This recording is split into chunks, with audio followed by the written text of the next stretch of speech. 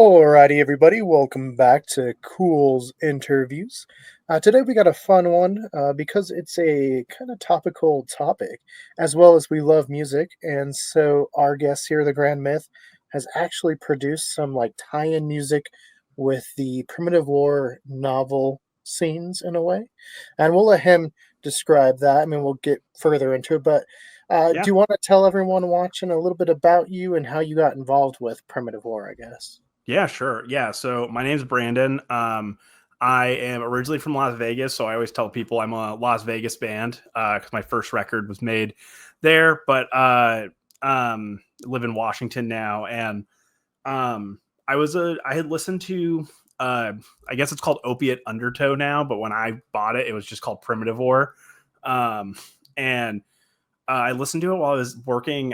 We lived in Connecticut during COVID, and so I was doing a really crappy job driving around trucks to deliver people's groceries. It was a stupid experience.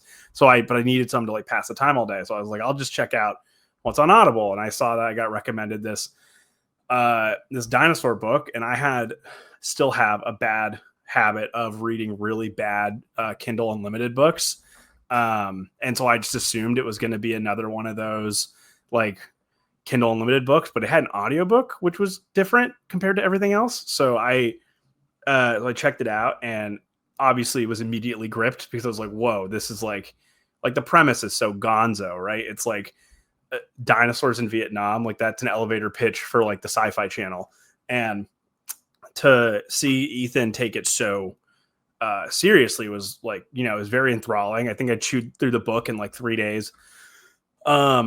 I didn't know that there was like a whole online community that he has for that stuff. So like up until this year, I didn't know about it. So I joined the Facebook group either last year or this year and saw that he was like really responsive. And so I would just bother him in the Facebook group because his other books are not very good for e-readers, which is my main way of actually consuming books is on my e-reader, but they're not like formatted properly.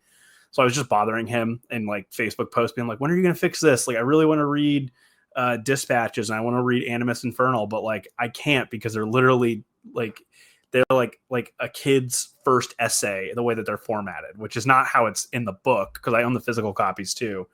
So I know that's not the case, but yeah. So eventually I was just like, well, I'm just going to message him. I'd been uh, messing around with an idea for like my own dino fiction thing, and it was maybe one day I'll do something with it, but they announced the movie. That was exciting, and so I just messaged him and I was like, hey, I'm a death metal artist. I don't know if you're into death metal at all, but if you are, I would really be interested in like, if you would be cool with me working, like making some music based on the books or whatever, and like we can talk about where that goes. And he was like, I didn't expect a response because I don't know how big anybody is. Like to give you a context, like I had like probably like 60 followers on Instagram at the time. So like, I'm just some guy, right? And I messaged him on my personal Facebook account too. So I didn't know what to expect. And then he responded like no, I don't think even 2 days, maybe like an hour later, and was like, yeah, this sounds sick. Let me listen to your music and I'll tell you what I think. And then I just had released some music with some friends of mine in November. We did like a split EP. And so I sent him those because it was the most like current things. And then Ethan was like, oh yeah, no, let's do this. And I was like, okay, cool. Like I'll let you know when I'm working on something. And so I just like had sent him a couple riff ideas, but they hadn't really gone anywhere. Cause I was just like, is this really going to happen? Like, I'm not going to put too much energy into this if it's not going to be like a thing that's going to happen like right now. And to give context, that's like February 2025, like this year. And then he messages me. He's like, hey, when are you going to have the first song done? And I was like, uh, and that's kind of how it started, was just like, I was happy to do it, but I didn't think that I thought like for Ethan, he probably gets like a million people a day getting like, I want to do this, I want to do that. And, some people can be really tepid about like fan fiction or whatever. And so I didn't know like how he was going to respond to that, but he was really into it and has been super supportive.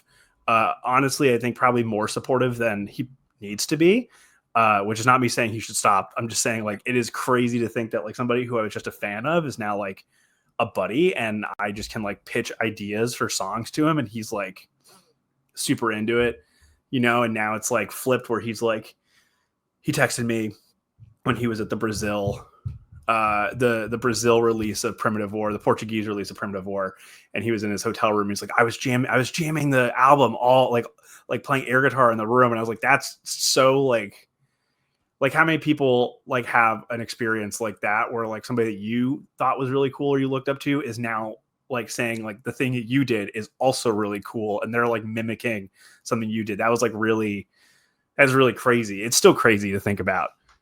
Oh yeah. Yeah, no, I can kind of relate there because we've been big into the Billy the Kid mythology and lore and history and all that. Yeah. And so we've met a lot of like big historians and stuff and had some of them on the channel. And last year I released our research into finding his brother's grave, Wow, which had that's been so missing. cool. Oh, well, thank you. Yeah, it's been missing for like 90 some years, and I had all the people that I looked up to like messaging me and be like, "Your article was great, your research was great," and I was like, "I don't know how to feel right now. Like this is weird." So I Yeah. totally relate there. I mean, it's a cool feeling to just have your work out there. And when I listened to your music, I knew right away because Sam's big into death metal and metal and all that. So I was like, we got to have you on. And so, Sam, I mean, what are your questions with death metal? Because we haven't had anyone that is into that genre yet. So I know you're scratching at the bits right now. Well, first off, we have to make sure that it's actually considered death metal because metal has very Yeah. different subgenres. So, do you consider it death metal or under that category, or is it more kind of like sludge metal, like bands like Um, Necrophagist or The Faceless? Definitely not like either of those because I can't play that good. Um, like Necrophages especially. But the Faceless, I really like them. I actually really love what's that first album called? Planetary Duality. That album is just front to back perfect. And the good thing is it's 30 minutes, so you can just like rip right through it and go again. Oh But yeah, for the Grand Myth, I would say it's definitely I always pitch it to people as like death metal Coheed and Cambria because Coheed is my favorite band. But I can do clean singing, and if you listen to some of my other music, you'll hear it on that. But it's not my strongest place. But I like to know I have it as a texture, so I consider it more of like that progressive death metal sound. So like bands like Rivers of Nile, and I don't know. I find myself listening to like Between the Buried and Me, like they're just progressive metal because they're so all over the place stylistically. But I would consider the death metal elements of them is very influenced into me. And then bands like Protest the Hero is another band I'm a huge fan of. So it's kind of like I call it death metal because it's just the easiest thing to tell people, especially because most of the people in my life are kind of like heavy metal normies. So I don't want to like get down into the deep like genre specifications of it. So yeah, so I just tell people it's progressive death metal. Some people would probably call it metalcore or progressive metal. I think it just depends on what the mood of the day is, and every song is different. Like there's a song, so um, Ethan had told me like, I guess on a Q&A I had said like, oh, I need to talk to Ethan before I keep working on more music, so I don't want to I don't want to like just act like I have the keys to the kingdom. But then he messaged me after watching that video and was like, just so you know, you can make all the music you can make any primitive music you want for forever. I don't care. Like you have my blessing. I was like, cool. So there's a song in the very infantile stages because I'm working on a full album now called about the Amargasaurus scene in Dispatches, and that will probably be far more Coheed and Cambria inspired. Maybe not like in all of their peculiarities, but definitely like softer and not as definitely not as aggressive as the current music is. that's awesome. But yeah, roundabout Because way I to also say saw I would call it progressive death metal. So No, I mean it's good to specify because usually when I tell people metal, like I just start with like, oh, do you like metal, and like see what they Yeah. like, and they're Yeah, usually absolutely. like Metallica or Pantera or like that type of metal, and I'm like, okay, so you like metal, Yeah, and you they're like just like, you what's yours? like And I'll be like, dad yeah, rock you version of probably metal. won't like mine. Yeah. Yeah, because most people don't like sludge metal or death metal that I listen to, like No, yeah. all I mean, sorts of crazy. Mastodon is a huge inspiration too. So it's always like, like I'll listen to Sleep every once in a while. I've been really into Blood Incantation. If you guys have ever heard of them, they're super sick.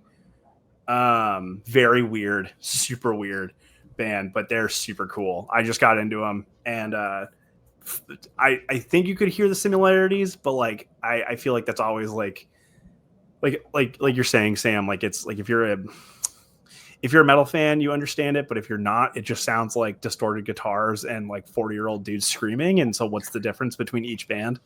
So, Right. Until you get into it and you realize that they're actually kind of rapping a little bit and rapping at a harder difficulty. Yeah, absolutely.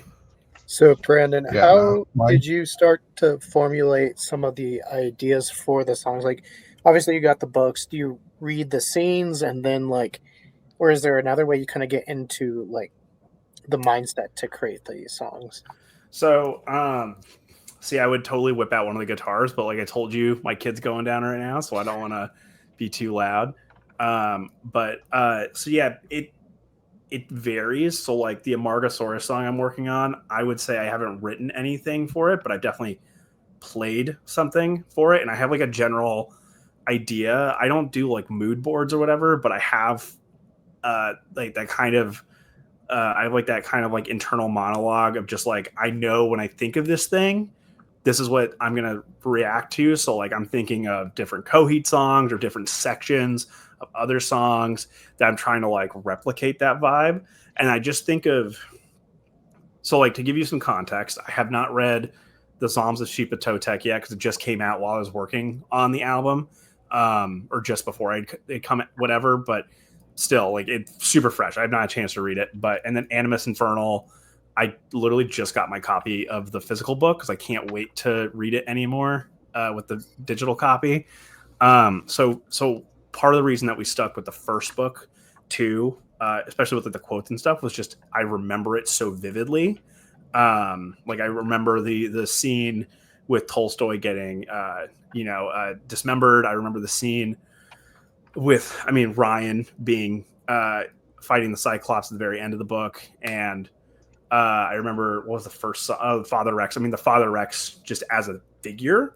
So like that was part of it too. Is like I guess each song, like Symbiotic Death, which is the song about the Cyclops, started actually. I had an old song from a different band I was in that I wanted to reuse because I thought like I'd become a better songwriter and a bunch of other stuff. So I was like, I'm just gonna go find that. I had the tabs somewhere on my computer, and I think I had the original recording too, so I could reference a lot of what I was doing. So that one was like kind of like more of like I already had like a rough draft, and I just needed to like really edit it down and then re-record the whole thing because like my playing is a lot better than it was 8 years ago.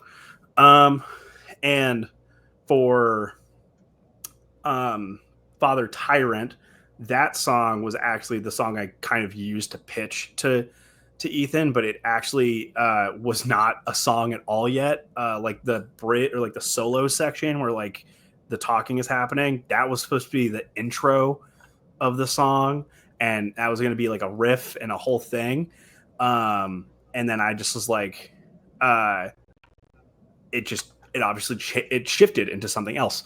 And then with Agony was like, I just was like, once I'd gotten the approval from Ethan, I was like, I want to like write something crazy. So I wrote really just like out there. And I think that was the song that Ethan was a bit more, I don't want to speak for him, but I think it took a bit more convincing of like, I know the direction I want to take this song in, because he was only hearing instrumentals. So he would ask me like, when are you get like, what are the vocals going to be like? And I'm like, I have to wait till I have the exact time in my life that I can record vocals for a week straight for the entire album, and then I'll let you know what the vocals are like. but like I knew what it sounded like, but I always wanted to reference Ethan too on it because I like it's still his stuff, you know what I mean? Like they're like he doesn't technically like own the songs or whatever, but I would never tell him he couldn't use them for promotional stuff or whatever. So I always was like trying to treat him as a collaborator, even though he doesn't, I don't think he plays any instruments or anything, you know, but I just wanted his point of view on like, do you think this is going in the right direction? Do you think that this is working? Do you think this is not working? Um, which I know like is a little bit farther out from the question now, but the answer really is just like they all kind of start differently, but the main precipice is like looking for things that have like really big thematic tension, and trying to like extract like with music as a storytelling device, like you have the like people give like musicals like a rough time because they're always like, well, like everybody just like starts singing out of nowhere, and like that's like obviously like to me that is the point of a musical is like when you can't express a feeling anymore, you need to sing it. And I think that when you're doing storytelling in music in any form of music, like you're trying to like you're not like it's not all west, it's not all like Marty Robbins, right? Like Big Iron, you're telling a story throughout the song. Some of it is just like I feel this way, let me extrapolate that feeling into something bigger. And so like that was like kind of what I was looking for each song. So like Father Tyrant, I wanted that really aggressive, just like something walking towards you vibe. Agony, I wanted like the big soaring melody. And for Symbiotic, I just wanted to be ripping off the Black Dahlia Murder as much as possible because that band fucking rules. Rip Trevor.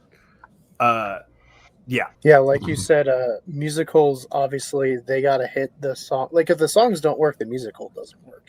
Well, Yeah, you're just going to a play. yeah, yeah. At that point, you're going to like a bad play Yeah. because you're just like, oh, what am I doing here? Yeah, no, we just watched Phantom of the Opera Oh, nice. at some point, and yeah, again, it's got to be the storytelling and like so. You've seen the movie, right? The Phantom of the Opera? No, Primitive War. Oh, the Primitive. Yes, I saw the movie. Either or at this point, right? It's not out anymore because we had somebody stay over last night. But I actually have the poster or whatever, like the big cutout that they had at the theaters. My theaters let me take it home, and I told them I was like, I kind of worked on the movie, so maybe you would let me take it home. And I like kind of lied a little bit about it, just so I could take it. But then they were like, we're gonna recycle it, so yeah, we don't care. You know, this is something that's always kind of fun when you read the books and then go see a movie that it's, based off of. How different were the scenes in your head versus what came out on film? I'm going to go against the grain here, and I'm saying this as a big lover of B movies. I love B movies. My favorite TV show is Mystery Science Theater. I'm doing all these qualifiers because I think that there were too many Utah Raptors at the end of the movie. I think there was a comically large amount of Utah Raptors, and I'm pretty sure in the book there's like 8. So when there was like an 100? literal, there was like a portal that had opened to just release all of them. Like I was the whole. I don't believe in like the cinema sins or like internet version of critique where you're just like this isn't logical, so therefore it's not good. But I was very confused as to how the ecosystem of that jungle functioned with that many apex predators there. Like that, like I was like that's a lot, and I get why they did it because like it's a movie and that's like the language of film, and especially if you're doing something like what they did, which is like they are doing the Gonzo version of the elevator pitch. Like if Ethan took the elevator pitch and made it super serious, Heart of Darkness, they took the elevator pitch and went like Roger Corman to a T, just like let's except with a much more of a budget than Roger Corman would ever give it. So that scene, I don't think so. First off, Symbiotic Death is really more about the relationship between like how Cyclops and Ryan are both experiencing a world that has like vastly changed on them. And so the scene when Ryan says like, come on, and then it jumps on him, that was exactly how I imagined it, except that I'm pretty sure in the book, they're like on a high rise. They're not like inside of the collider, whatever, but like that doesn't really matter. For Agony, the scene, I wish it lingered more, and like really, like, you didn't really know the Russian soldiers when they started dying, and I thought that was sad because like part of what makes the book so good and therefore like anti-war, which I think I told Ethan this too. Like the first time I read it, I thought it was really gonzo and like kind of hoorah America, but then I got into military critique, media critique, and gave it a different shake on like, this is clearly like, if you're representing that everyone's having a shitty time and that there's no reason to be in this war, especially when the Russians are there just to make a particle collider, obviously no one's there for a good reason. And Kong Nen, same thing, like is just like forced to do horrific things because she in the movie, but he in the book is just like technically I think he's like a defector, but he was also a captive. He's treated like shit. So I wish they had lingered more. But the Father Rex scene, or I guess in the movie, is it the Mother Rex has the quills? No, the father. So yeah, yeah, because the female's like white with like the black patching on the face. Oh yeah, stuff. Yeah. That scene was exactly how I imagined it and shot how I imagined it. But I don't think it goes over the ledge in the book. I think that was different, just so that I think they did that to like have more of like the Rex now has a thing it has to get back to. I don't know any. Just to be clear, like I didn't work with the movie at all, so I don't know what any of the thinking was. I'm doing this purely speculating as a fan. But yeah, they were. I feel like I'm sounding nitpicky, but that's just my form of critique, is that I critique things I love. And I just wish that specifically with the scene with Agony, like it's so like in the song, it's like, that's almost, I had to cut so much of it out to get it to condense in like a 40-second bridge. And there's like, when you're filming that, obviously time is not dilated to it doesn't have to be dilated, and they weren't interested in dilating it that way, but it would have been great to see, like, I don't know, seeing Tolstoy get ripped apart, like literally like his arms are like coming off of his body. Like you just see the arms going into their mouths and stuff, which was still creepy and gross. Like it was super creepy and gross. But yeah, I think that they did a good job overall adapting like the big beats of the movie. The ending, like you said, I was like, this is like a video game if you break it. Like I broke Red Dead Redemption, and now the zombies just keep spawning. Yeah, there's a lot of there was so many, but I was like, I love it. It's so wacky. Yeah. I mean, I also love that like Jeremy Piven was wearing a helmet, and the other guy, the CIA guy that came with him, was also wearing a helmet. And it just was like so, but they don't look correct, like, because they're not like those characters shouldn't be wearing helmets. Like, let's be real. Like, a helmet's not going to protect you from a Utah Raptor attacking you, but also they just look like they're like, you should be shooting in this scene. Like, and they threw a helmet on them. I did love that Miller or was it Miller or was it? No, it's Xavier, because Xavier is one of the, I think Xavier's the guy who like chops off like 2 Utah Raptors heads. I was like, that was peak. That was peak cinema. You can't, like, that was just cool as hell. Yeah, no, my favorite part was when they get to the Quetzes, and maybe just my favorite part from being in the theater, because you know what the Quetzes are going to do, but no one else in the theater really knew. So, like, the couple next to me, like, they were like, oh, what's that? And I was just like kind of laughing because, like, nowhere else have I seen Quetzes with their like tongue like that. Yeah, I don't think anyone else has done that interpretation. I had asked Ethan about it, and I was like, what even inspired that? And I think there's a bird that does have that kind of a tongue, but I don't think it's a prehensile tongue. It just has the quill like things on its tongue, and that was like kind of the inspiration for it. But yeah, I don't think anybody else has done that interpretation at all. Yeah, no, it's vastly different than I remember growing up, and I don't know about you, but I'd watch a bunch of dino documentaries, and the Quetz was always shown as like this scavenger that was super weak and picked off all the time. Mm-hmm. And so it's kind of cool to see it get more of like love recently in media.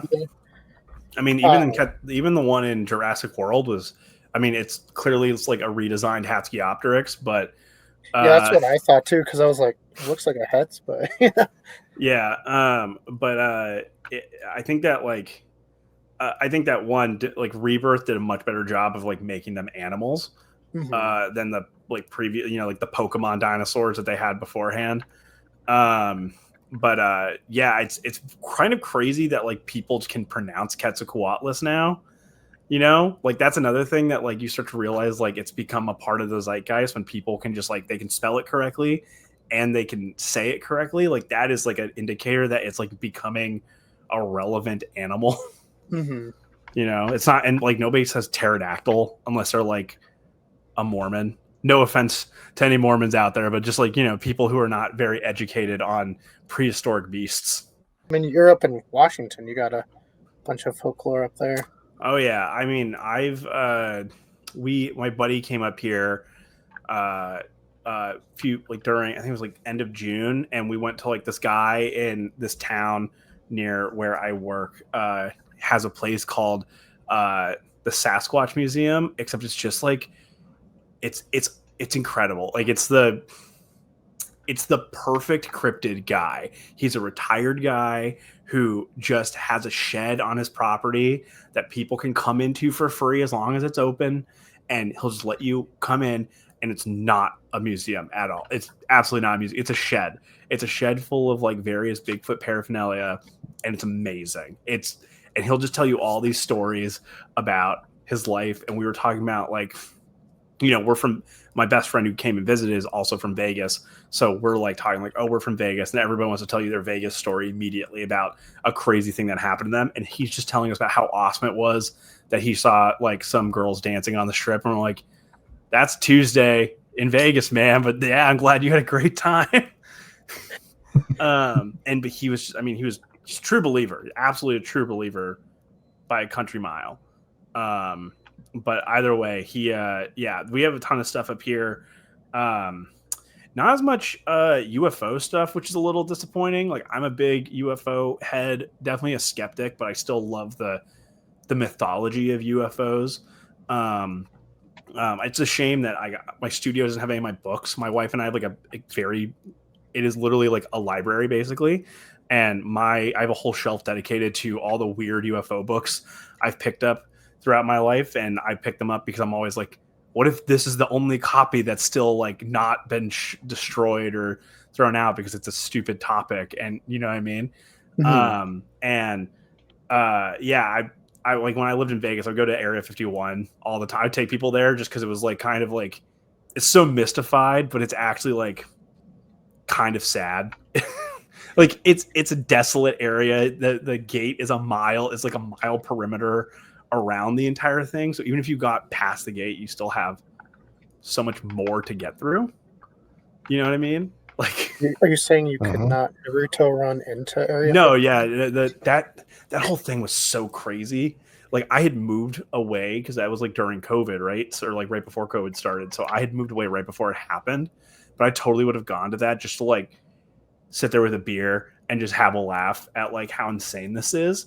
Because like usually like Rachel, Nevada, which is where it's at, is literally has like 80 people that live there, and I don't know how 80 people could live in Rachel, Nevada, because you can see the entire town as soon as you drive in, and it is like 5 houses and this little place called the Little Ale Inn, which if you've ever watched the movie Paul, is the place where Nick Frost and Simon Pegg go to, and they have like a whole weird conversation there. I've been there, and it is a weird place. It's just weird. The whole thing is weird, like and like weird, and like if you're into that kind of stuff, it's a great time. But if you're not, you're gonna be like, this is very boring, and we should leave soon.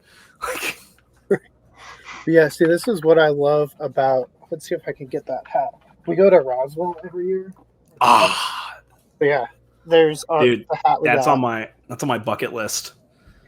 Hey, go during the festival. It's July. We go every year, but it's super cool because, like, obviously they got the UFO stuff. They got to. But we've made a lot of friends with the Historical Society down there. Yeah, and, like the Billy the Kid people, and like last year we were in the parade as Ghostbusters. Oh, like, that's cool. Buddies from Texas came up with the ecto and everything. So that's so cool. I'm legitimately very jealous of that. That's like all that stuff is so like. I used to be a true believer. I feel like I've switched over to being more of a like hopeful skeptic. But once I got my history degree, it became very difficult to like not trust every source, or to not trust every source, because it's always like a friend of a girlfriend of a guy, it's like that. That's most of their sources all the time. Mhm. Mhm. I want all your viewers to know about my favorite UFO documentary, though, since we're on the topic. Okay. Have you ever heard of the Hidden Hand? No. It's an insane UFO documentary. I will send you a link to the Daily Motion page so you can buy it, because I had to go buy it I put it on. We have like a home server that we put like a bunch of movies on or whatever. Mhm. And I had to download because it kept getting like taken off different websites, because it is not a good documentary. But like the halfway point when it switches from generic History Channel UFO stuff into like the bread and butter of this documentary, I don't want to spoil it for you. It's insane. It's just truly crazy. Yeah, we'll have to check it out. We struggled through a how many movies was that, Sam? We watched all of Jeremy Corbell's documentaries, and then we watched Chad Kalick's, so it was like 11. That's insane. It was Mhm. rough. It was a rough time, but it Well, was cool. It So was we not were like, fun. we got to do it.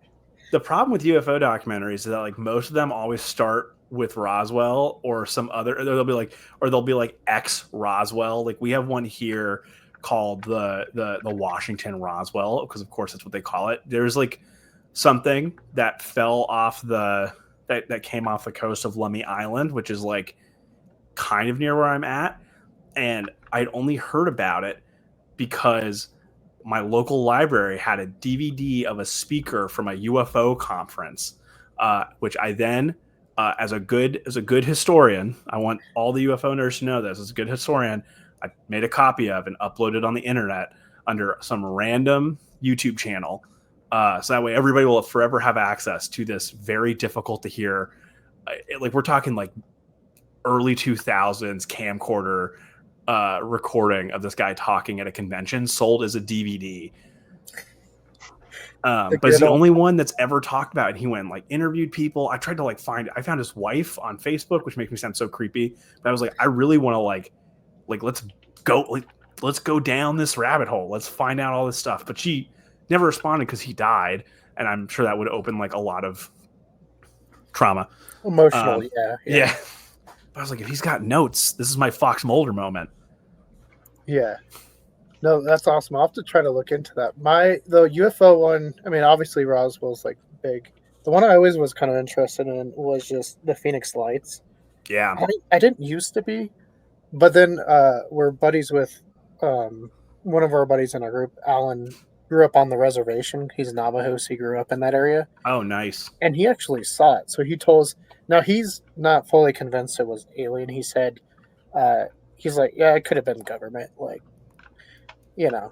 And I'm like, yeah, I Yeah. mean, that's a rational thing to say. You got to be a little rational in these type of things. But Mhm. I saw it when I was living in Vegas. Like it's probably like 2014 or 2013.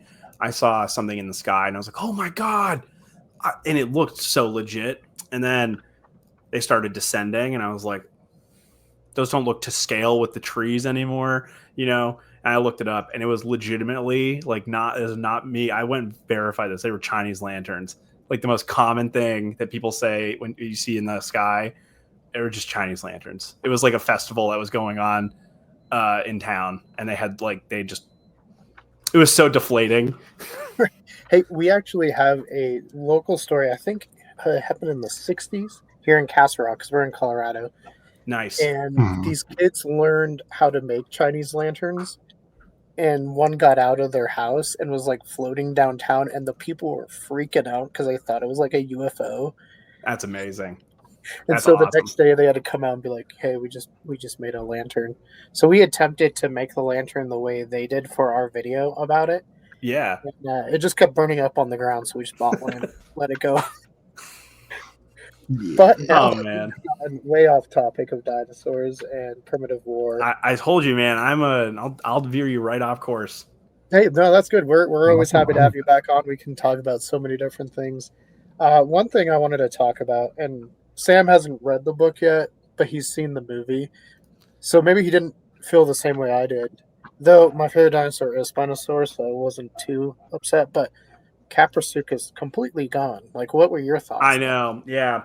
Um, I mean, Luke's Spark had been pretty upfront that like it was a cost thing, Hmm. which is like so valid. Like that because I the fact that they made the movie on $7 million and it looks as good as it does. Like there are definitely shots that look not very good, but they're But again, like $7 million. I know that's the thing I keep reminding myself. Like this movie will be a cult classic. Maybe it's like because I mean like I don't know if you guys watch Rick Raptor at all Yeah, on YouTube, but like he reviews all those like ridiculous Chinese dinosaur movies that are just using like sparkles. reused Yeah, Jurassic World yeah. assets and stuff, and like dinosaurs are an untapped potential. So I will never rag on the movie for like poor quality because like one, it's like a labor of love. It's a B movie, which is one of my favorite things in the whole world, and I would have loved to see Caprasuchus. Hopefully, they get to do it if they, if they get picked up by a bigger distributor. Like even if they got picked up, like I hate to say this, like this is a good thing, but even if they got picked up by like Asylum, there's a little bit more money. So Right. Hey, I mean, recently we've seen Asylum can at least do War of the Worlds better than other that's people very can. true. It doesn't take a lot to be better than an Amazon commercial with Ice Cube in it. Oh, so bad. I still have to watch that. I have the buddy of mine on my YouTube channel. We've been playing through Dino Crisis, and that's like, but we both have an obsession with like weird cinema. Like Mhm. he like legitimately his favorite movie is The Room. Like not ironically, is like his favorite movie because it's ridiculous, but like it's still his favorite movie. Um, and he was the person I took to see Primitive War, and I want to watch War of the Worlds with him so bad because it's just going to be a hoot the whole way through. It's such a crazy thing to could have been a winner and just such blatant. So we recently got asked to do a deep dive on War of the Worlds with Ice Cube. So if you guys are up for it, you are more than welcome to join that deep dive. I have a very speaking of War of the Worlds. So you guys know the story, right? Of like the town that like they were doing the live reading, and like the town went up in arms supposedly because it's always like it's these are like how old is that story? Like almost 100 years old now. Yeah, like Still, 1800s. Yeah. so you know how they're doing that live thing. There's a town that got up in arms about it. That is here in Washington. It's a town called Concrete, Washington. I go there for work very often, uh, and uh, it is just a known thing. It's a known quantity there that's happened there, and the reason it happened was because like a transformer blew up. So at the same time that they were talking about aliens attacking, and it's the 1930s, and the town's called Concrete, so you extrapolate how good the education was in the 1930s in Concrete, Washington. I would have come to the same conclusion as that that we were being attacked by aliens. Right. Well, especially if you've been reading about that was like my biggest thing with the Flatwoods monster Oh is yeah, it the kids were big into the Alien magazines that were coming out, and it looks suspiciously like the most recent cover of the Alien magazine that came out. oh And I was nice. like, it's clearly an owl. Like, That's my like buddy's Mothman, the same guy. That's his opinion is that Mothman is just clearly an owl, and people are just making a big hoot out of it, pun intended. so. We actually are friends with some people that wrote actually a pretty good book about Mothman. It's more about the Silver Bridge tragedy, but they got to Yeah, talk to a lot of people that were there. And one of the people they talked about, he didn't confess to being Mothman, but he pretty much said he might have been the first Mothman. I'm just saying. that's hilarious. I mean, it's like the Pine Woods, the Pinewood. There was it the demon. Oh God, the Pine The, Barrens, the Pine Barren, the whatever in New Desert Demon. Jersey, the Jersey Oh, Devil. Oh my Jersey God, the Devil. Jersey Devil. I think Uh, it's a bat. I don't know if you've uh, seen Expedition X, but They find it back. No, huge fan of him though, but still, no, I haven't seen it. But the reason I bring that up is, do you guys ever listen to Last Podcast on the Left? No, but it does sound familiar. Oh, they're great. They're great. They had like a bit of like a cancellation thing because one of the hosts did a bad thing, and then they pivoted very well, I think, to somebody else who was on the team. Anyways, they did a deep dive on the Jersey Devil and how it was actually just two dudes shit talking each other through the yearly Farmers Atlas.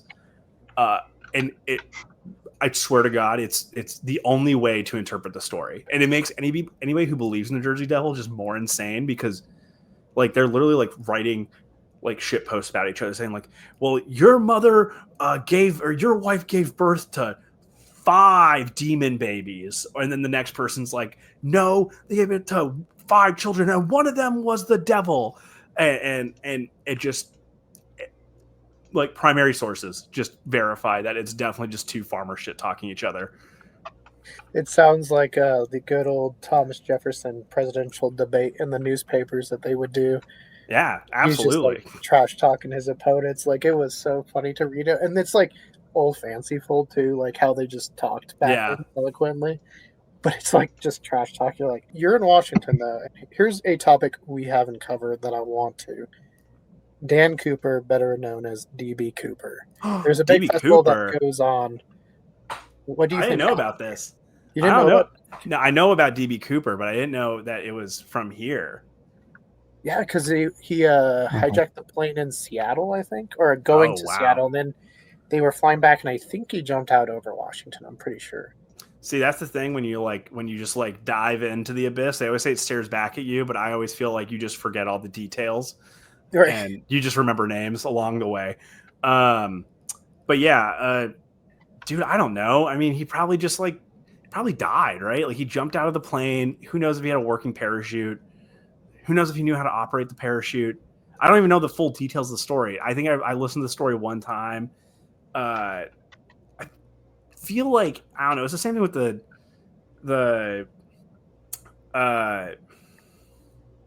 yeah, I don't know. I guess I just don't know.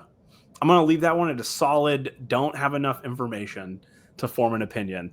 A solid, we will talk about it at another point. Yeah. Yeah, no, I get you there. There's a lot of topics because we just cover so much on our channel that I probably have like 30 years worth of topics I'll never get to. Yeah, absolutely. I mean, that's a good way to live, in my opinion. Makes you the most interesting person in the room when you have everything to talk about. Right. Yeah. Well, to steer a little bit back to dinosaurs, have you been into dinosaurs since, or like, what are your feelings with dinosaurs, I should say? I mean, obviously I wrote a whole EP based on some, so I've got feelings about them. No, I've been into dinosaurs since I was a kid. I actually wanted to be a paleontologist growing up, which that was much before I knew that there's no degrees for paleontology. There's only like, you either become a biologist or a geologist and then mix those careers together. But by the time I was old enough to pick what I was going to do in college, I was far away from wanting to be involved in stuff like that. But I love dinosaurs. I feel like I've been having a bit of like a renaissance as of late of like during COVID, I would just listen to like Edge Science and Benji Thomas and like all these other like dino YouTubers, or paleo YouTubers like Gutsa Gibbon. I would listen to her too. And I just found like one of the things that drew me to history is just the fact that history is like written by bastards. Like, they always say it's written by the winners, but I think that far more often history is written by like con men. And I think that's like hilarious and fascinating. So it's all like, and to find out like the Bone Wars is just like two dudes just like who are best buds being like, I'm just gonna like rearrange the bones and name it whatever the fuck I want. Like, that really brought me back in to paleontology, because like when you're a kid, it's just like dinosaurs are big, they had teeth, and they could have been either reptilian or covered in feathers. Because I grew up in the like late 90s, early 2000s. Like, I was born in 94, so I'm like a mid 90s kid, right? And so like the information was not fantastic. I mean, for the time it was fine, but like, you know, it was not enough to keep me gripped. And then like I loved Jurassic Park 3 growing up because it was the first one I saw in theaters, and it's still like a cult favorite of mine. Not cult, but like a personal favorite of mine. But like I don't think until I was like, so this is gonna sound so wild, but like I don't think until I was married I got more into dinosaurs, because like I don't know, like I was like a typical 20-year-old dude in a band just running around playing shows and getting my heart broken and breaking people's hearts. Typical, 20-year-old dipshit things to do. And my interest, it's so funny. Like my job thinks like I'm obsessed with dinosaurs, which they're not wrong. Like I totally am, but like all of my Jurassic Park stuff is at my office, and I have like a whole thing. So like when people come in, it's like really the first thing you see. And I'm surprised that they let me have this bit still going. Like we have like a dinosaur incident tracker that anytime something happens to somebody at work, we make up a reason for why it's happened. So like I'm into dinosaurs, absolutely. I'm into Jurassic Park especially, but like you guys can see even behind me, like I've got like a bunch of Star Wars stuff. Like Star Wars is my jam. Like right behind me, this is a signed David Prowse, Mark Hamill print from Return of the Jedi. Above that is something that we got from Disney. Over here is like all the model, like Bandai model kits. There's a Porg right there. Like I'm very obsessed with Star Wars. It is my bread and butter. So I feel like I came around to Jurassic Park once they started doing the Jurassic World movies, which are fine. They're movies. They're watchable. 2 of them are very watchable, and one of them is you see it in the theaters and you try to forget about it. Yeah, I don't know. It's like now it's like I'm really into it, and like I want to like my buddy and I went fossil hunting here in Washington. And if it wasn't so far up, I would grab it. But we found like, I guess there was like a Pleistocene formation here where there like a bunch of plants were. So I have like plant fossils that are like 80 million years old or whatever, just sitting in my room now. Like that's so cool. Yeah, it's such a broad question. I don't know. Like, hey, no, it was a good answer. I love dinosaurs. My favorite's the Spinosaurus because of Jurassic Park 3. And I know people like dunk on it now because they're like, there's like the meme of like Spinosaurus fans when they find out that it was deaf, dumb, and blind and had no legs and whatever. But I think, I mean, that's like the story, right? Like that's like first you think it's just a T-Rex with a spine, and then you start to realize of course it was its own animal, like, and it had its own qualities that don't, like a hippo is just as dangerous as a crocodile, actually more dangerous, but you would never think of that based on like the morphology of a hippo, because it's like to our brains, it's like, this is what cute and cuddly is. Whereas a crocodile just activates like that monkey response of like, fuck that. It's got spines. That's fucking terrifying. Right. Mm-hmm. Yeah.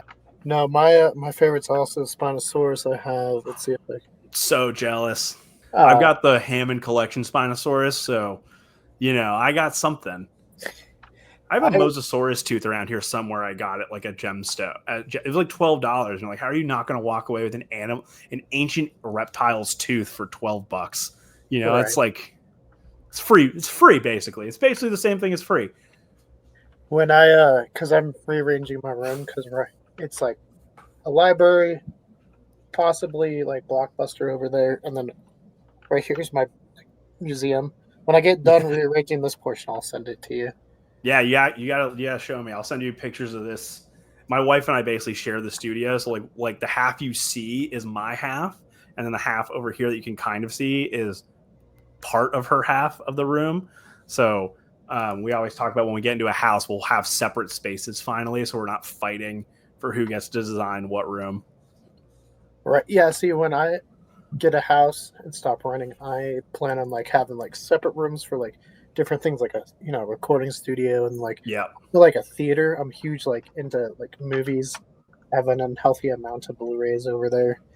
Yeah, if you ever come to Colorado, I will take you to a location where we can go fossil hunting. Like here's just like a tip of an Allosaurus tooth. Oh my god, that's so cool, dude! Like dude. When I found out all we had was because like it was an ocean here, right? Like 600 million, whatever, how many million years ago. So it's just like it's cool, but it's it'd be much cool. Like the plants are cool. And the fact that I got to say I went and found them and literally had to hike 3 miles up a mountain to find it. No doubt. Very cool. Also, it would have been cooler if there was some bones. Yeah. You know? Yeah, no, I can take you, because the Bone Wars, I mean, they happen smack dab mostly outside of Colorado too, but a lot of it happened here. Yeah. If you go to the Denver Museum, the Stegosaurus there is the Kessler Stegosaurus, found in Kansas City. My great-grandfather helped with that one. That's so cool. That's so very cool. We brought up the Bone Wars. We're talking movies, so I had to shout out a local film company, Leaky Skylight Productions. They're making a movie called The Bone Rush. Is that about the Bone Wars? About the Bone Wars. That's gonna be so sick. That feels like so ripe for like an HBO show. You know what I mean? Right. Like get Brian Cox to be one of them and just tell him to fuck off. Just have him say that over and over again. You know what I mean? Like, come on, it's planting dynamite places. Like, yeah, dude. I mean, it's such an American story too. You know, it's the same thing as like was it Thomas Edison and the elephant going around and fucking electrocuting an elephant just to show that his form of power was better than Tesla's. Like, it's such a you hear that story and you're like, that would never happened in the UK. You know what I mean? Like they would never. Right. That's the fun like juxtaposition I always think about is like the Wild West is going on. Like we got Tombstone, we got Billy the Kid, we got Jesse James. Go over to England at the same time. There's like Jack the Ripper, and you're like, this seems like two different times. Like, how is this happening? I know time frame. Like, yeah, exactly. Like, how are you like and then at the same time, you literally like still have feudal samurai, like in Japan. You know what I mean? Like they were a samurai culture up until like what the 17 no, they were still a samurai culture up into the late 1700s. Like these three things that you're like, these are all separate experiences are just a flat line happening consecutively at the same time. I always like those videos on YouTube that's like things that will like hurt your sense of time, and it's like this and this same time. Like, what? Yeah, like the T-Rex is closer to the iPhone than it is to the Stegosaurus. Like that one is such a fun one to like fuck with people with. Right. Yeah, because it's the amount of time dinosaurs were on the Earth is amazing. Yeah, they're the most successful species of all time. Yeah. If you go by numbers, if you go by years on this Earth, they were the most successful species to exist. Yeah. Yeah, because if you go on a football field, humans appear like an inch before the end zone, you know? Yeah. Dinosaurs take up like a huge chunk of it. You know? Yeah. And then people are like, why do you like dinosaurs? Like, are you kidding me? It's the most popular thing to be obsessed about. Right. Yeah. I mean, it's cool. It's like movie monsters, but they're not monsters, they're animals, but it's that, but they were real. Like you can go see their bones and like that thing was real. Like seeing Sue is like amazing. How could something walk that big, you know? I had a book. I think that was really like the first book that got me into dinosaurs. Like I remember it's like one of those like formative memories, you know. I think like I'm a sense so old. The kids say core memories, but like it was just like one of those things that like I just grab onto it, and it's like, who was Sue? And I was just like, they named the dinosaur Sue, and then like they go into the story of like how this woman Sue found the dinosaur, and how we keep discovering all this more incredible stuff about this same specimen, and it's just like, yeah, that is, it's so cool, you know what I mean? And like have you guys read or heard of the book The Dinosaur Artist? I've heard of it. I've not read it yet. You have to read it. I'm working through the audiobook right now, but it's so fascinating. Like the elevator pitch basically is, how did the Natural History Museum in New York, one of the most famous American museum in the world, right, in the country, how did it end up with a stolen Tarbosaurus skeleton? There's your elevator pitch, and it's just this woman's like she was like a journalist who wrote like a story in like the Atlantic or whatever about it, and then like was like, this is good enough to be a book. It should be a thriller, like or like a historic thriller or whatever, because it's all like our time, like 2010s, like 2000s, 2010s America. Like it's not even like it's not Bone Wars old. It's literally like this happened like when the iPhone was around, and it's a crazy story of how this dude like this. He's not a real paleontologist, right? He's like one of those guys who just goes out with a pick and comes back with fucking full dinosaur specimens. You're like, what the fuck? How do you do that? And it's a whole story about how he stole a tarbosaur, a full tarbosaur skeleton from Mongolia. That's crazy. I would say we could make the movie with Nick Cage, but that would be sick. Right, National Treasure. I don't know if he'd do it now that he had to get back his tarbosaur skull. Oh right, yeah. I forgot. I didn't even make that connection. Yeah, no. He's probably mentioned in the book too, and I'm just like blanking on it. See, now I got to read it. Have you seen Dinosaur 13 about Sue? No, I haven't. Oh, it's a great documentary. All right, check that out. Yeah, I've been just rewatching like because my kids too, so we just like. I mean, he's watched Jurassic Park more times than kids who are like probably double or triple his age have seen it, which is not saying a lot because that means they're either 4 or 6. But still, he's seen Jurassic Park quite a bit, and he's watched Prehistoric Planet and will like cover his eyes during like the more like I don't want to say gruesome, they're just animals, right? But like the more like temperamental stuff. But he's just like I think that's like one of the most awesome things about how I got back into dinosaurs is now my kid. Like my parents are super supportive and are super awesome, had a totally normal childhood, but like they tried their best to stay kept up with my interests, but like they struggled saying like Pachycephalosaurus or Parasaurolophus or whatever. And I just could be like, my kid does not have that experience. He's gonna have the most annoying dad about dinosaurs, and it's gonna be awesome. No, that's great. Yeah, no, dinosaurs are just such a fun topic. We cover them a lot because that's like my biggest interest. And I know Billy the Kid's been creeping up, but it makes sense because we're in that kind of field now, I guess. Yeah. But yeah, I at some point I got to cover Raptor Red because I think they're making that a TV series or like a movie. Really? That's gonna be cool. Yeah, Raptor Red's always on like the back burner. It's just always like I know people say it's really good, but it's always like kind of like trying to put myself in the perspective of like an animal for the entire novel just seems really difficult. Yeah, I've read it once and it was good. I want to reread it again because sometimes like you read things and you're like, I didn't like that, and then you get older and you're like, I appreciate it more now. Yeah, maybe that'll be me with The Lost World one day because I read The Lost World after I'd read Jurassic Park when I was a kid, but I read The Lost World as an adult. And I thought it was terrible.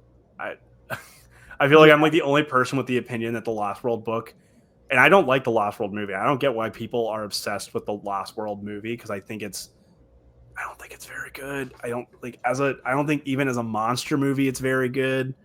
I don't think as a Jurassic Park movie. I think as a Jurassic Park movie it's good because there are 3 other movies I would put below it. But it's just a boring movie. The book is like, who the fuck cares about Levine? Just let him die on the island. You know what I mean? Like the only thing that came out of that book that I liked was the Invisible Carnotaurus scene, which just couldn't happen in real life, but it's awesome. You could tell that I don't care if it couldn't happen in real life. I wish that Michael Crichton like cared. Like you can tell that he got convinced by Steven Spielberg to write it because he's just so like I feel like every sentence is like an eye roll from him of like, yeah, and then the kids go to the island, and then how the adults are upset they're on the island, and a Snickers bar wrapper falls out of the treetop and alerts the raptors, and it's just like it feels like very like by the motion or just going through the motions, or even like it felt like because like I love the Jurassic Park novel. I would say the movie's better. I agree with you that the movie is a better version of that story. Yeah, I don't think Michael Crichton knows how to write a good. I think Michael Crichton is a good thriller writer, but I don't think he like really Steven Spielberg, who I think is not a very good director now. Obviously, think he was an incredible director when he was in his prime. I mean, he made Schindler's List and Jurassic Park at the same time. Like that's insane. He would go from one lot to the other. but I just think that like he understood like this is a story about Alan Grant trying to become like a father figure and Mhm. be and like it's a movie about like it's kind of about mad science. It's more about Alan Grant and his like weird thing with kids, you know, and him becoming like the father figure and all that. And I don't know how it seems like such an easy layup when you read the book too. You're like, this is clearly what's happening, but like he's more interested in like dunking on scientists than he is in the characters. So Right. Yeah. No, I would see that. Like Steven, and this is something I said with Jaws too, is he just is able to make the characters likable. Because I don't know if you've read Jaws, but like the three characters just not very likable in the book. I've never And read Jaws. I've seen the movie, but I've never read the book. I only found out like recently it was based on a book, which makes me feel crazy. Like, I mean, the book's not bad. It's good. It's better than the Lost World. So I mean, you got that going for you. But it's so strange. Like Hooper, not very likable. yeah, Him and Mrs. Brody have an affair because she's like she feels like she doesn't belong there. He dies, which he was supposed to in the movie, but you know the filming shots got weird or whatever.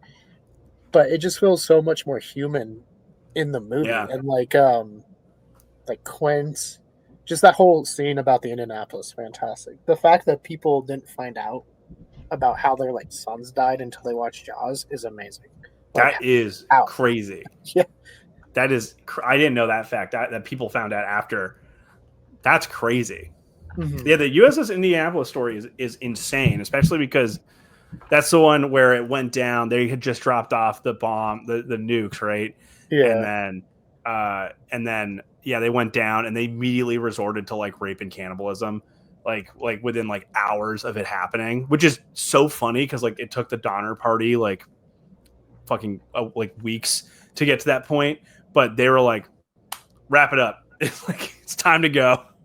It's a crazy story. I know that was Spielberg's original pitch for Jaws 2 was like a prequel with Quint on the Indianapolis. That'd be cool. And I Yeah. was like, that would have been awesome. Yeah, And then they especially because were they're like, like they're no. pushing people off the boat into. I mean, like the whole story of the Indianapolis is so horrific. Mhm. You know, it definitely. Is there any movies about the Indianapolis? I know there's like the X Files episode. There is like a Discovery Channel like docudrama about it called Blood in the Water, the Indianapolis, Mm-hmm. that covers it. I haven't watched that one in forever, so I can't tell you the quality. I know the Blood in the Water about the Jersey shark attacks. Pretty good. I'd I'll check recommend that that. out. Yeah. If you're into like unmade films, our buddy John wrote Kong Unmade, so it's all the King Kong movies that were never made. That's super And cool. and some that were, and some like rip-offs and stuff, and then he did Jaws. So I gotta credit him if I talk some of the history there. Before we finish up, Yeah, before we came on, we were talking Godzilla, so let's talk a little bit of Godzilla here, and we can always come absolutely. back on. But what got you into Godzilla? What is your current favorite Godzilla? Yeah. I mean, like Godzilla is just cool. You know, I like a big. I mean, I thought he was a dinosaur because I was into dinosaurs as a kid, so I just assumed he was a. And I think my parents would tell me he was a dinosaur too. I, as a kid, liked the Matthew Broderick one. As an adult, I've adjusted that opinion correctly to the correct version of the opinion, which is that movie is horrible. It has some cool like shots in it, but like I saw somebody make a critique saying like they added the or like the baby Godzillas at the end of that movie are so clearly like just trying to get in on the Jurassic Park hype. And you can't unhear things like that because then you're just like when you realize like how the sausage is made and it's not like it only happened on that movie, like it happens all the time, you know, in Hollywood and media is like people all get the same pitch and then they want to like do their own version of it or they see what's doing very well and they want to capitalize on it. And when you hear that, you're just like, well, duh. Like, why wouldn't you try to like get like Godzilla having a son is canonical, and this is definitely less goofy than Baby Godzilla, you know. But I think that so that was the one that got me into it, and I like the TV show too. But as I got older, I got more into like I think it's like the Showa era is like the 80s. Is the Showa or is the Heisei? Let me check because I got Okay. the over there. Okay, so according to the Blu-ray, the Showa is like the Oh, I'm so jealous, dude. I yeah. wanted to get that so bad. I I had knew to. I that's what was you were like, going to get. I knew yeah, that's what you were going to get too. yeah. I could not pass that one up. I was like, you're telling me Criterion one pack and just like made all these look really nice. Yeah, Yes, dude. I mean, it's Showa is the 80s. the Yeah, the Showa Showa. is the 54 to 75.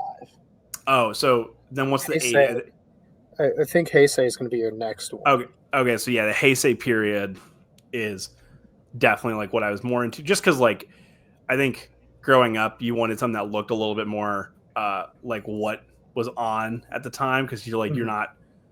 I don't know if every kid can like understand. Like I don't know what it's gonna be like when my kid's old enough that I show him Star Wars and I show him like the Force Awakens and like how like uh I'm not getting into the shit stirring, but how good those movies look compared to the originals as far as like quality of the visual product.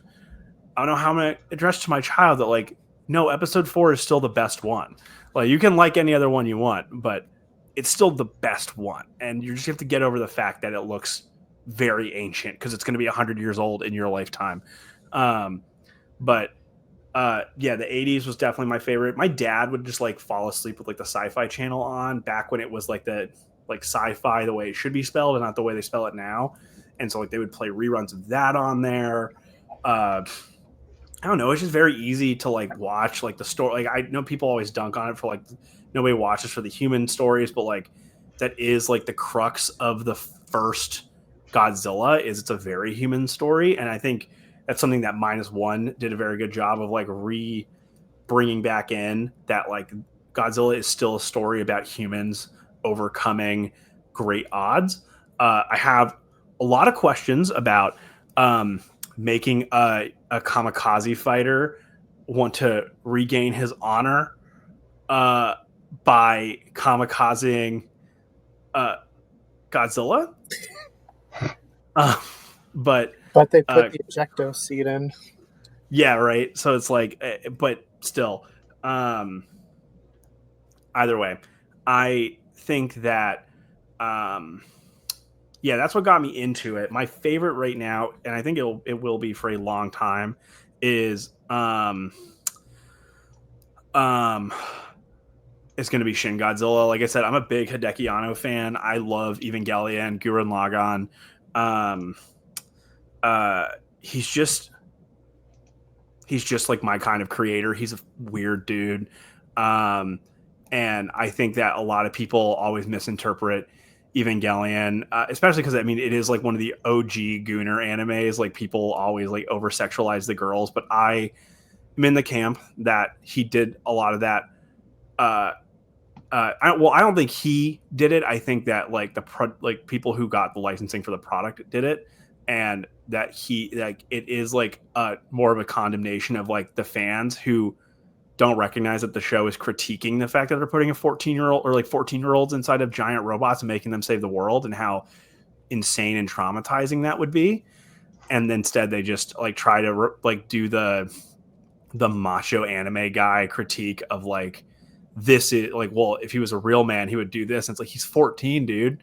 Like his nuts are in the middle of dropping and he hasn't figured out his sexuality yet, you know, like, and then his boyfriend dies in front of him. Spoilers for a almost 40-year-old anime for anybody who's going to be surprised by any of this, but um I just think that like he's a very good subvertive writer, and I really enjoy subversion and stuff. Like I like big mechs. They're cool, you know, played Armored Core 6 like everybody else and all that, but I think that he does and same thing with his Godzilla is that he took something like the 2011 Fukushima radiator breakdown from the tsunami and turned it into like he like was able to find that parallel between the original Godzilla with the nukes and then critiquing Japan's very poor response, in his opinion, based on what I've seen from the movie. I don't know.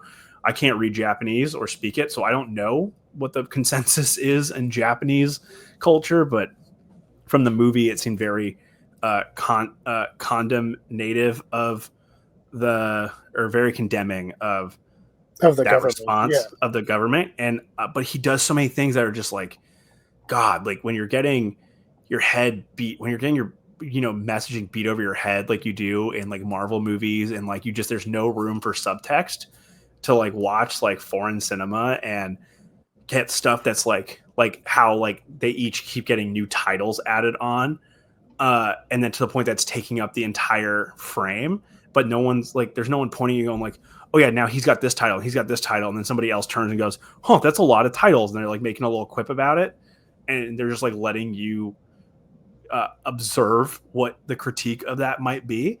I think that is cool, and I think that -1 was still very good. I just think that Shin Godzilla, going with like the Lovecraftian aspect of like, you can't avoid these natural disasters. They're always going to come back around, and they're always going to be different. And you just have to like you can't just like fall behind on those responses, And I think, there's some things to be said. Like, obviously they can't have like a standing army because of the peace deal with us. Which I don't know if that's still the case. I think they're allowed to have a defense force now. But I just, man, I don't know, that Shin Godzilla and like his design is perfect. Like I do 3D printing, and I have like one of my first 3D prints was a Shin Godzilla too. Yeah, it's just he's fucking cool, dude. And like, oh yeah, like his mouth opening up, like doing I just like when people take a thing and make it weird. Like, and the xenomorph Godzillas at the end. Yeah, that's like, I think that would be a little too much, and I'm nervous about them doing a sequel because like that feels like it. I feel like if Hideki Anno is not involved with that sequel, no one's gonna know what to do with that, and I don't think he's interested in it being a sequel. I think that's like a thing that like we don't do enough of. It's just like letting things linger on us anymore. Like we just have to like I'm saying this as a Star Wars fan, which has like fucking 9 movies plus however many more they're going to make. Right. And I will gobble up every single one, no matter how good or bad they are. But it is, there are some things that just don't need to be iterated on. And like, I think when Godzilla is like firing on all cylinders is when they are doing these like non-connected movies. And instead you're just like using it as a playground for everybody to like interpret, like almost like it's an anthology series, which I think is Godzilla is an anthology series at this point. There are so many redos of Godzilla that happen over and over again. But I just think that like there's a place to just be like, this is the end of that story. Like they stopped Godzilla, and now he's like a monument to humanity coming together, but also look how close they were to like the ultimate next form of like Godzilla human hybrid things. But you don't need to do that. You know what I mean? Like you don't need to go to the next step. You can just leave it at that. Yeah, no, I'm so Shin Godzilla I wasn't a huge fan of when it came out. And then when we did our kind of like breakdown of it, I got a little bit more and now I'm like to the point I'm like, it's pretty good. Like I've gained some love for it. And I don't know if that's just like my jadedness with some of our movies anymore here, where it's just like kind of just surface level. There's no like other stuff going on.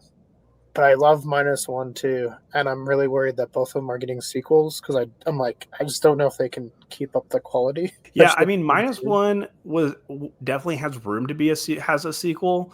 What with like Godzilla like being like reforming himself and all that stuff. Like they'll figure out whatever they want. But Shin Godzilla, I just don't know without messing up. I don't believe in the like X ruined my childhood narrative. I think that there's just like, do you guys see the new, speaking of American cinema, do you guys see the new Superman? Yeah. The scene with like the typing monkeys. About Man of Steel. Yeah. About Man of Steel? Yeah, and one of them it says Man of Steel is better. That's amazing. Yeah. I think that was, speaking of things that aren't surface level, I appreciate that like like that only had like a go away line, but like that is what the internet is. I think people need to remind themselves that like, you know, when you hear like Fox News or CNN is talking about something, it's almost certainly 3 people on Twitter and 18 chat GPT bots uh, at any given time. And that you should like, are you talking to a human? You know what I mean? Like you should always ask yourself that question. But I think like there's just like you can just leave something be and you don't need to iterate on it because like that like I don't think that that ruins your childhood if it happens. But like there's just something to be said about saying like I made my art and I'm leaving it be. You know what I mean? Like you don't hear bands doing sequels to albums all the time. Like it's and when they do, they have to live up to that. Like Between the Buried and Me did a sequel to their like critically acclaimed album Colors, which I was like, how the fuck do you do a sequel to that album? And then they did a fantastic job on it. Coming off of a very like like less aggressive album into like what was one of the more aggressive albums they'd done in a while. It was like, oh, right, they're the daddies, and we're all just little bitches next to them, and they can just whip it out whenever they want. And like that's when a sequel should happen. Like I think like Aliens is a good sequel, but only because they also let James Cameron do James Cameron with it. The problem is now that everybody feels they have to do James Cameron with it, and Ridley Scott clearly just wants to do whatever the fuck Ridley Scott wants to do with that franchise. And they should just let Fede Alvarez be in charge, in my opinion, after Romulus. The guy clearly knows what he's doing. Yeah, like I said, I go all over the place, but that's yeah, I just think that like even if the thing gets a sequel, it's not going to ruin it, but you should just let a piece of art like there's no sequels to the Mona Lisa. There's no sequels to like a Van Gogh piece or whatever, right? They might be part of a series, but they're never part of like, all right, well, I took the same thing and I made it like I added on to its narrative, you know, like it's okay to just like let it fucking be, dude. Yeah. I mean, you know, it's a good thing. Like in my opinion, like they ended Andor after 2 seasons. Good. Like you cooked so hard with Andor that you should just take the fact that's going to get 18 Emmy nominations and run with it. Because literally it's the first thing in like a decade that every Star Wars fan is agreeing is the best thing that they've done with the franchise. You just like walk away, be like, we don't need to do anything else with Andor. We can just leave it be. Like, yeah, I mean, sometimes sometimes you don't need to. I mean, the story's been told. What else can you tell? yeah, Joker, I think we saw recently, didn't need a second one. I didn't see the first one. It was very much just a Taxi Driver. That's what I've been told. That's why I didn't watch it. I also have after Endgame, I stopped caring about like I didn't care about DC movies because they were clearly having an identity crisis. I only watched Superman because of James Gunn, and I love anything he does. Like, barring like Guardians 2, which I think is fine. It's just don't think it's as good as 1 or 3. But like Slither's really good. I mean, he cooked with the Scooby-Doo movies as the screenwriter. But I just think James Gunn is like an artist and like actually enjoys what he's doing, and it's not like cynically made, you know. Which when he took on the role of like the creative lead at DC instead of becoming the CEO or whatever, and like making like having this weird mythical thing about him the way that Kevin Feige does, you know, I think that speaks volumes about his character of like I want to take this story and do a thing with it and have intention behind it and just accept that some people are not going to like it and it's not going to be like controlled to. I'm sure that there was, you know, there's a lot of this is fluff from their marketing team, but like you can at least tell having seen like interviews with him or the way he talks online, he is caring about these things. Like the whole, like he had an argument with David Cornsweet on the set of Superman. It was like not an argument. They're just like, he's just like really trying to explain like, this is your motive in this scene and stuff like that. I think that like, we just don't have enough of that. And like Marvel is absolutely at fault for that. Cause they just keep wanting to make a fucking movie every year. And it's just like, could you imagine if we were just getting the Fantastic Four almost 10 years after Endgame, people would be fucking losing their minds right now. They'd be like, oh my God, they haven't made a movie in 10 years. But no, instead it's just like, oh my God, like I don't even know what's happening anymore. Right. I mean, Marvel's made more projects since Endgame than they did leading up to Endgame. And it's been less time. Are you serious? I think so. Oh my God. Pretty sure. Let me check that. While I'm checking that, and I can discuss that off camera. Yeah. Why don't you let our viewers or listeners let them know where they can go to listen to the Devils of Vulture Valley, what you're doing there with Primitive War, and just more about you, because obviously you're going to do more stuff outside of the Primitive War stuff. So where can they find out more about you? Yeah, they can head to thegrandmyth.com, which has links to everything. Main places are going to be Bandcamp and YouTube. Those are the main places. And Instagram, if you want to like actually talk to me, Instagram is going to always be the best place to chat with me. I try to do stuff on TikTok. I'm on every social media, but like my Twitter is like for personal reasons that you could extrapolate your own feelings on. I don't use Twitter very often. You figure out why. But everything else I'm on in some capacity. Instagram's the easiest place to get to me if you want to listen to music.